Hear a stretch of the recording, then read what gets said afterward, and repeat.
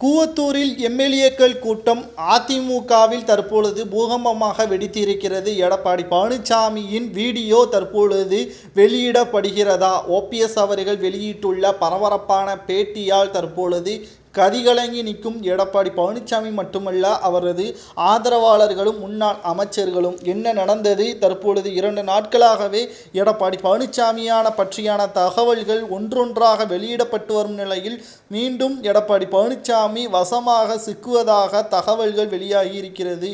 குறிப்பாக புரட்சித் தலைவி ஜெயலலிதா அவர்கள் இறந்தவுடன் கூவத்தூரில் நடைபெற்ற எம்எல்ஏக்கள் கூட்டத்தில் 2 அல்ல 3 அல்ல கிட்டத்தட்ட 15 நாட்களாக எம்எல்ஏக்கள் கூட்டம் அங்கு முடக்கப்பட்டது. காரணம், அடுத்த முதல்வர் யார் என்ற அறிவிப்புக்காக அனைவரும் ஒப்புதல் அளிப்பதற்கும் ராஜினாமா கடிதங்களை பெறுவதற்கும் ஏற்பாடுகள் நடைபெற்றன. இதில் முதல்வராக இருந்த ஓபிஎஸ் அவர்கள் தனது பதவியை ராஜினாமா செய்ய வேண்டும் என்று சசிகலா அவர்கள் உத்தரவு பிறப்பித்த நிலையில் அடுத்த முதல்வர் யாராக இருக்க வேண்டும் என்பது அனைவரும் ஒற்றுமையாக முடிவெடுக்க வேண்டும் என்பதற்கும், மேலும் சசிகலா அவர்கள் அதிமுகவை ஆள வேண்டும் என்பதற்காக அனைத்து எம்எல்ஏக்களிடமும் ராஜினாமா கடிதத்தையும் பெற்றார். இந்த நிலையில்தான் அடுத்த முதல்வராக வர வேண்டும் என்று செங்கோட்டையன் பேச்சு அடிபட்ட நிலையில் அவர் மீது 2 வழக்குகள் இருந்த நிலையில் முதல்வர் பதவிக்கு அவர் தகுதியில்லை என்றும் மற்ற எம்எல்ஏக்கள் கூறிவிட்டனர். திடீர் திருப்பமாக யாரும் எதிர்பாராத நிலையில்தான் எடப்பாடி பழனிசாமி அவர்கள் முதல்வர் வேட்பாளராக அறிவிக்கப்பட வேண்டும் என்றும் அவரே அந்த பதவிக்கு தகுதியானவர் என்று சில முக்கியமான எம்எல்ஏக்களும் கூறியிருந்தனர்.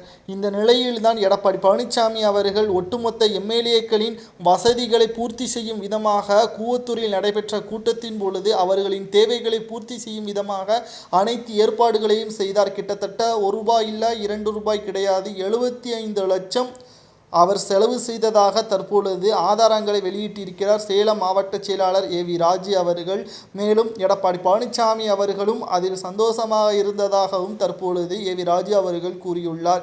எடப்பாடி பழனிசாமி அவர்கள் தண்ணி அடிக்கும் பழக்கம் கிடையாது என்றும், ஆனால் மற்ற அனைத்து பழக்கங்களும் அவருக்கு இருக்கிறது என்றும், கருணாஸ் மூலமாக பல பெண்களை ஏற்பாடு செய்து கூவத்தூர் ரிசார்ட்டில் இருந்ததாகவும் ஆதாரங்கள் அனைத்தும் என்னிடம் இருக்கிறது என்றும் தற்பொழுது ஏவி ராஜு அவர்கள் கூறியுள்ளார். ஒட்டுமொத்த திமுகவும் தற்பொழுது ஓபிஎஸ் அவர்களின் காலில் விழும் அளவிற்கு ஏவி ராஜு அவர்கள் செய்துவிட்டார். கடைசியில் நேற்று மாலை ஓபிஎஸ் அவர்களின் முன்னிலையில் 15,000 அதிமுகவின் தொண்டர்கள் ஆதரவுடன் ஓபிஎஸ் அணியில் இணைந்ததும் குறிப்பிடத்தக்கது. ஏவி ராஜு அவர்கள் எடப்பாடி பழனிசாமி அவர்கள் தனிமையில் இருந்த வீடியோவை தற்பொழுது இணையதளங்களில் வெளியிடுமாறு அவர் ஏற்பாடுகள் செய்துவிட்டார். எடப்பாடி பழனிசாமி எதிர்க்கட்சி தலைவர் பதவியும் எம்எல்ஏ பதவியும் அதிமுகவில் இருக்கக்கூடிய பொதுச் செயலாளர் பதவியும் பறிக்கப்படும், அதிமுகவில் இருந்து விரட்டியடிக்கப்படுவார் என்றும் கூறப்படுகிறது.